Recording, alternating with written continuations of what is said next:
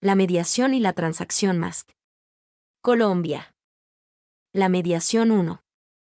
Es un sistema alternativo y en ocasiones complementario, de resolución de conflictos, en el que las partes, mediante el diálogo y con la ayuda de un tercero o terceros imparciales que facilitan el proceso de comunicación, alcanzan por sí mismos los acuerdos que estiman más satisfactorios para la resolución de sus controversias o litigios. La mediación 2. Es una extensión y elaboración del proceso negociador. Implica la intervención de un tercero aceptable, imparcial y neutro, que carece de poder de decisión. Como en el caso de la negociación, la mediación deja el poder de decisión en manos de las personas en conflicto. Varios países han adoptado el sistema de la mediación de un tiempo relativamente reciente, pues abarca solo 3 décadas. A finales de la década del 70, comienza el sistema en Inglaterra y en 1989 se establece la primera compañía británica privada para la solución alternativa de disputas. En Francia se inicia en el derecho público, se extiende al derecho privado y se institucionaliza en el derecho civil en 1990. Mediación 3. La mediación es un mecanismo de resolución de conflictos a través del cual un tercero ajeno al problema interviene entre las personas que se encuentran inmersas en la controversia para escucharlas, ver sus intereses y facilitar un camino en el cual se encuentren soluciones equitativas para los participantes del conflicto. El acuerdo logrado por las partes produce efectos jurídicos siempre y cuando éste sea formalizado en una notaría o en un centro de conciliación. La mediación es un procedimiento no obligatorio controlado por las partes. En una mediación, no se puede imponer una decisión a las partes. A diferencia del árbitro o el juez, el mediador no toma decisiones. La función del mediador consiste en ayudar a que las partes lleguen a un acuerdo sobre la solución de la controversia. Es más, aun cuando las partes hayan convenido en someter una controversia a la mediación, no están obligadas a continuar el procedimiento de mediación tras la primera reunión si consideran que la continuación ya o procedimiento va en contra de sus intereses. No obstante, cuando han decidido recurrir a la mediación, las partes suelen participar activamente en la misma. Si deciden someter la controversia a mediación, las partes deciden con el mediador cómo se llevará a cabo el procedimiento. La mediación es un procedimiento confidencial o privado. En una mediación, no se puede obligar a las partes a divulgar información que deseen mantener en reserva.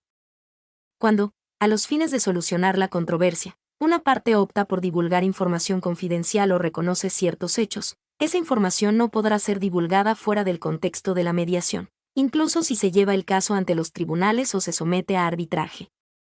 El carácter confidencial de la mediación permite a las partes negociar de manera más libre y productiva, sin temor a la publicidad.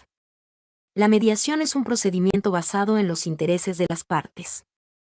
En un litigio ante los tribunales o en un proceso de arbitraje, el resultado de un caso está determinado por los hechos objeto de la controversia y el derecho aplicable.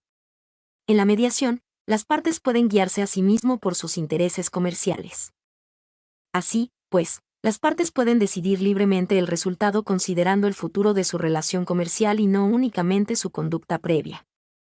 Cuando las partes tienen en cuenta sus intereses y entablan un diálogo, la mediación suele traducirse en un acuerdo que crea más valor que el que se habría creado si no hubiese surgido la controversia en cuestión. La mediación, por su carácter no obligatorio y confidencial, entraña un riesgo mínimo para las partes y genera beneficios, utilidades considerables. Es más, podría decidirse que, aunque no se lleguen a un acuerdo o pacto, la mediación nunca fracasa ya que permite que las partes definan los hechos y las cuestiones objeto de la controversia, preparando el terreno para procedimientos arbitrales o judiciales posteriores. A nuestro juicio, la mediación es una excelente alternativa de solución de controversias donde permite que las partes dialoguen sobre sus intereses, hechos y situaciones que hayan surgido para así mediar sus diferencias y llegar a acuerdos legítimos entre los actores de la controversia. 4. Mecanismos alternativos de solución de conflictos MASC 5. La aparición de mecanismos alternativos para la solución de conflictos legales es sin duda debida a que los sistemas de justicia tradicionales no han alcanzado la eficacia y efectividad requerida en su pretensión por resolver de manera eficiente su solución. Incluso, La forma tradicional establecida para enfrentarlos ha generado en ocasiones una desafortunada ampliación y escalamiento del conflicto y no su esperada solución. En este sentido, los MASC se han entendido no como un esfuerzo de sustitución de la Administración de Justicia, sino como un intento adicional de reducir las presiones sobre el sistema y permitir un mayor acceso a este. En Colombia, la regulación jurídica de los MASC comenzó con la Ley 23 de 1991.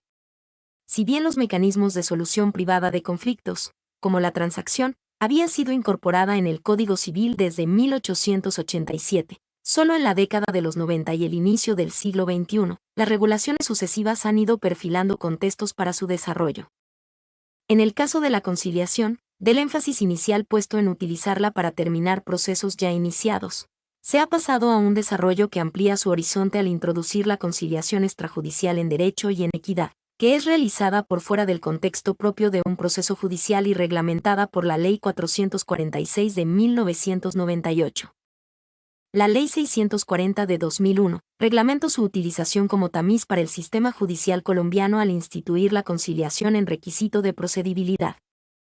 La conciliación en materia penal ha sido recomendada desde 1985 por la Asamblea General de las Naciones Unidas, en la Declaración sobre los Principios Fundamentales de Justicia para las Víctimas de Delito y del Abuso de Poder, al disponer formalmente lo siguiente: 7. Se utilizarán, cuando proceda, mecanismos oficiosos para la solución de las controversias, incluidos la mediación, el arbitraje y las prácticas de justicia consuetudinario autóctonas, a fin de facilitar la conciliación y la reparación en favor de las víctimas. Esa declaración fue recomendada por el Séptimo Congreso de las Naciones Unidas sobre Prevención del Delito y Tratamiento del Delincuente, Milán, agosto-septiembre de 1985, y fue adoptada por la Asamblea General en Resolución 40/34 de 29 de noviembre de 1985. En Colombia 6. La Ley 446 Descongestión, Acceso y Eficiencia en la Justicia de julio de 1998 y el Decreto 1818 de 7 de septiembre de 1998 por medio del cual se expide el Estatuto de los Mecanismos Alternativos de Solución de Conflictos desarrollan 3 ADR7, la conciliación, el arbitraje y la amigable composición. En el Decreto 1818 de 1998 se distinguen 3 tipos de arbitrajes: el de derecho, el de equidad y el arbitraje técnico, y junto a esto recoge la figura arbitramento o la pericia de los técnicos. Asimismo distingue entre procedimiento arbitral de menor y mayor cuantía.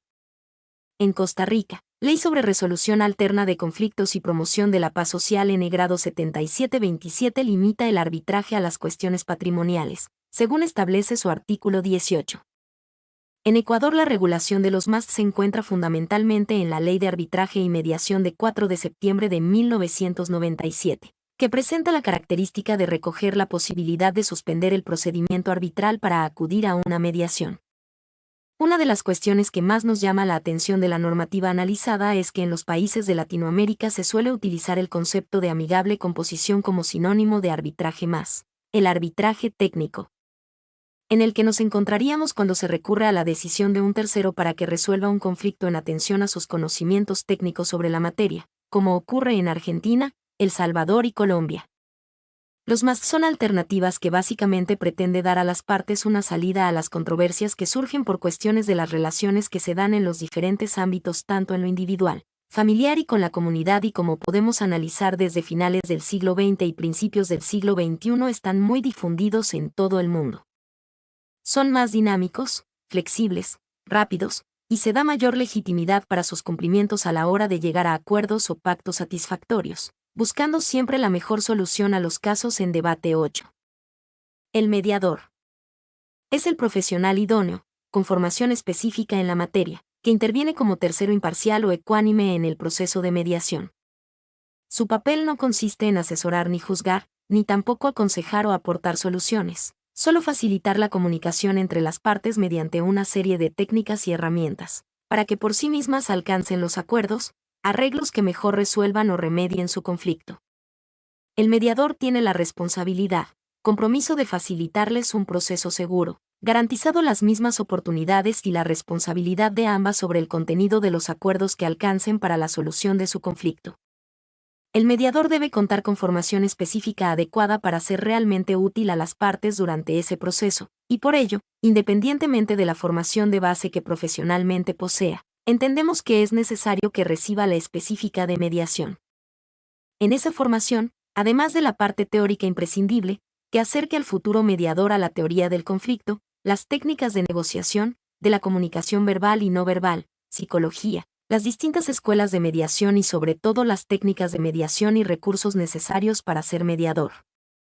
Lo más importante es que cuente con la gran parte de formación práctica, tanto mediante juegos de rol con mediadores ya experimentados, como con la observación de mediaciones reales, y realización de mediaciones en comediación con mediadores con experiencia, práctica, que ayude a los futuros mediadores a enfrentarse a las distintas situaciones que pueden surgir durante el proceso y a poner en práctica cuantas técnicas o métodos les hayan sido expuestas de forma teórica.